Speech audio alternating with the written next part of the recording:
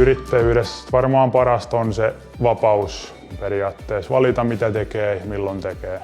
Ja muutenkin saa päättää itse käytännössä. Joo, me ollaan Ulvilassa täällä meidän toimitiloissa. Mä oon Antti Syrjänen ja pyöritän yritystä Syrjänen Racing Motor. Yritys on perustettu vuonna 2020 keväällä ja oikeastaan oman harrastuksen kautta lähdetty tätä tekemään.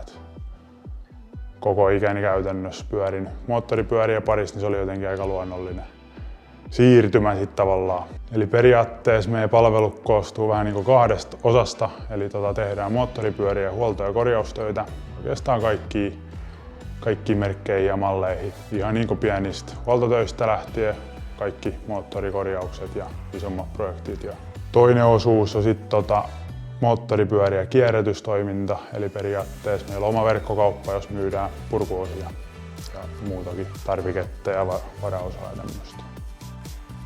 On siellä paljon kaikkia pieniä juttuja tietysti, että välillä tulee voittajafiilis siitä, kun saa vaikka jonkun vaikea projekti maaliin tai jotain muuta, mutta ehkä tämä miettii, että mistä ollaan niin lähdetty ja millä tätä on saatu kasvatettua niin pikkuhiljaa, niin se on ehkä niin kokonaisuudessaan sit se paras juttu tai se onnistuminen.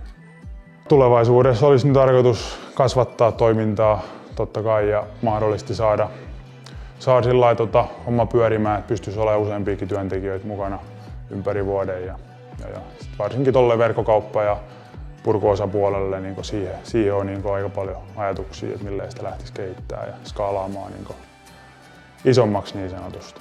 No kyllähän se nyt tietysti hyvältä tuntuu. Täytyy sanoa, että alkuun oli aika yllättynyt siitä, kun kuulin, että tämmöinen tunnustus on annettu, mutta se pisti vähän itsekin miettimään, että on tässä nyt tultu eteenpäin siitä, mistä tosiaan lähdetty, että ihan hyvältä tuntuu.